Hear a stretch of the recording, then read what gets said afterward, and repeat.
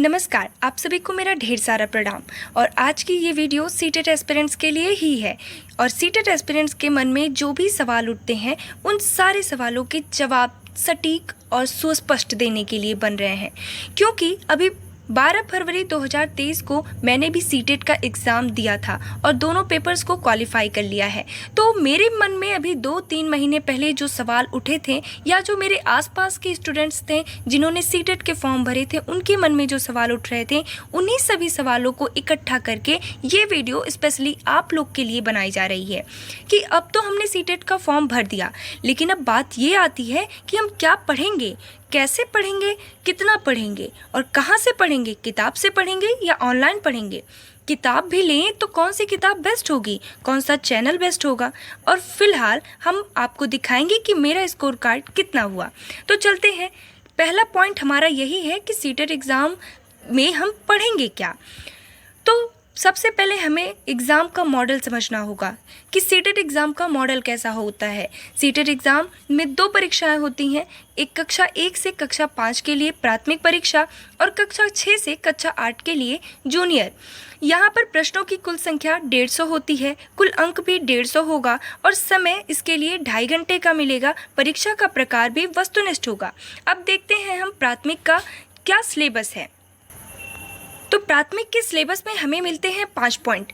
बाल विकास और अध्यापन, ये हमारा पहला मुद्दा है और जिसे हम सीडीपी कहते हैं, ये बहुत ही फेमस है। बाल विकास, समावेशी शिक्षा और विशेष ज़रूरतों वाले बच्चों को समझना, सीखना और शिक्षा शास्त्र इसमें आता है। दूसरा आता है भाषा।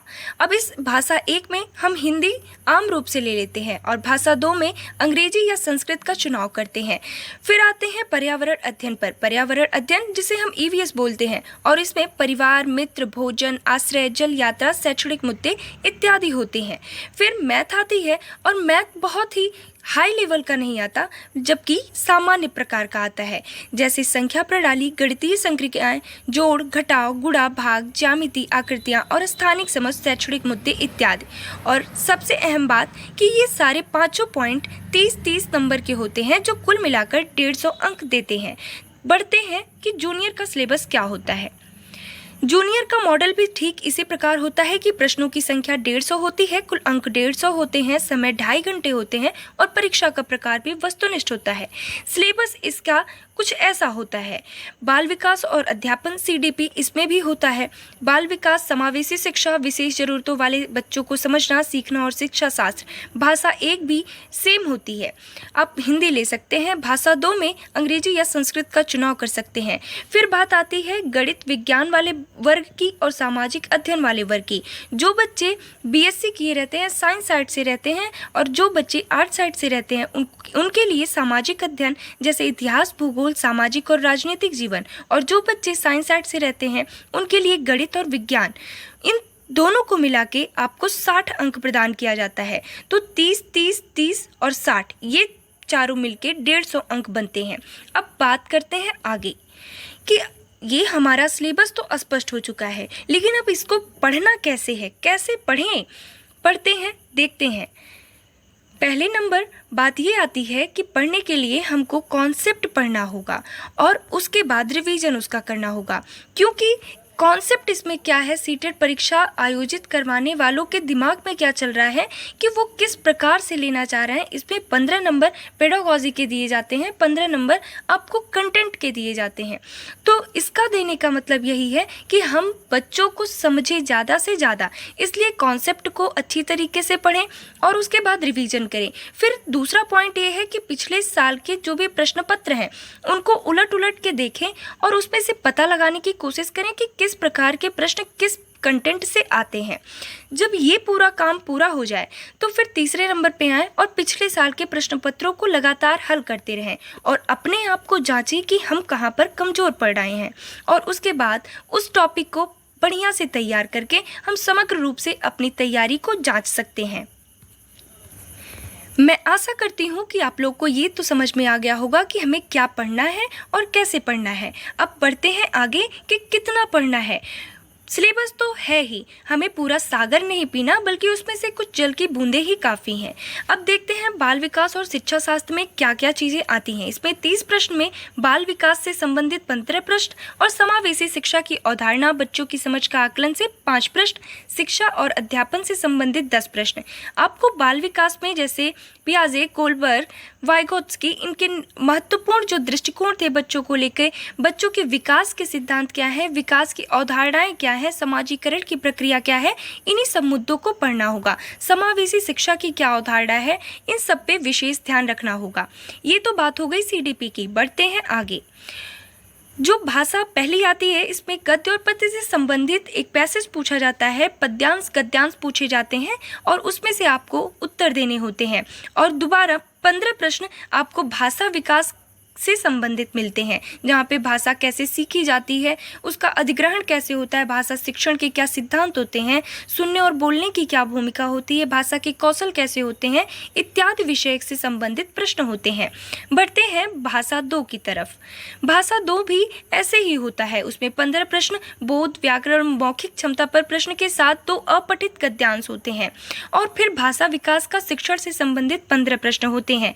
इसमें आपको अधिगम और अर्जन संबंधी, भाषा शिक्षण के सिद्धांत संबंधी ऐसे बहुत सारे पॉइंट्स दिए होते हैं जिनको कि पढ़ना होता है। बढ़ते हैं आगे। और यहाँ पर हमारे मैथ में क्या क्या कंटेंट है ये भी देख लेते हैं।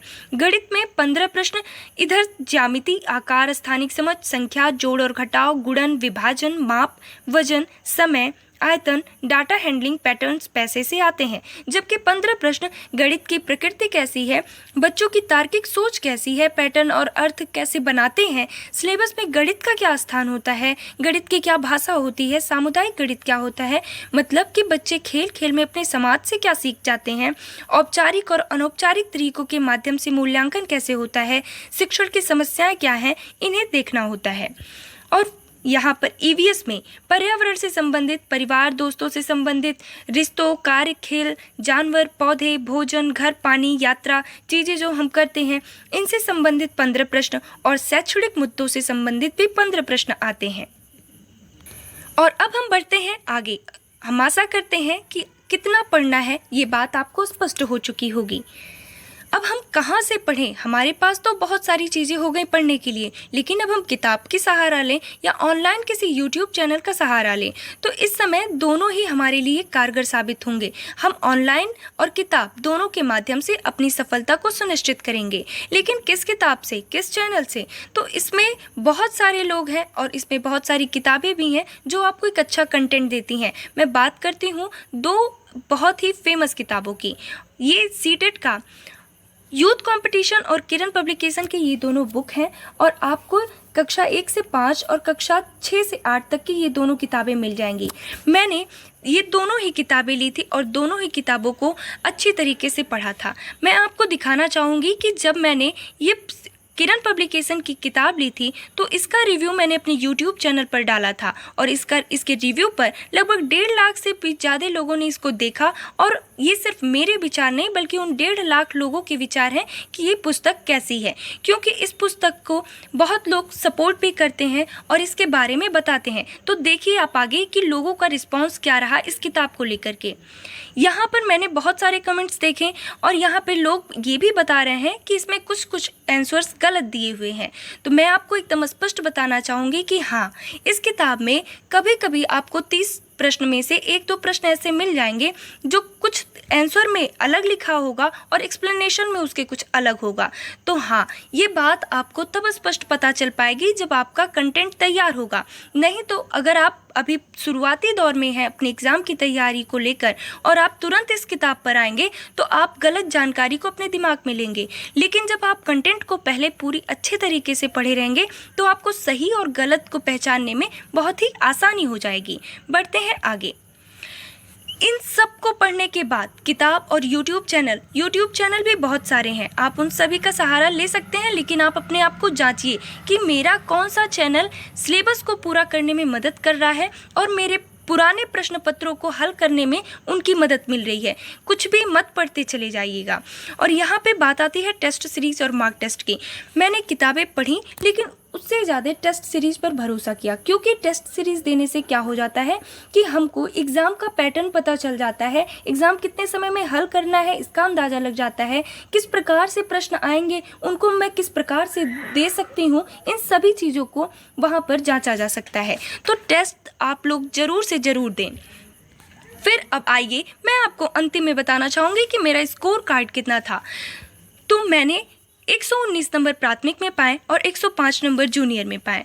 बहुत ज़्यादा तो नहीं, पर हम आपको बहुत ही गारंटी के साथ बता सकते हैं कि अगर आप दिन भर में 1-1.5 घंटे 2 घंटे भी अगर सीटेट के लिए ईमानदारी से देंगे तो आपका एकदम तय है सफलता। और फिर इस वीडियो को देखने के लिए थैंक यू सो मच। और एक बात बस याद रखिएगा कि कोशिश करने वालों की कभी हार नहीं होती। Thank you. जय हिंद, जय भारत।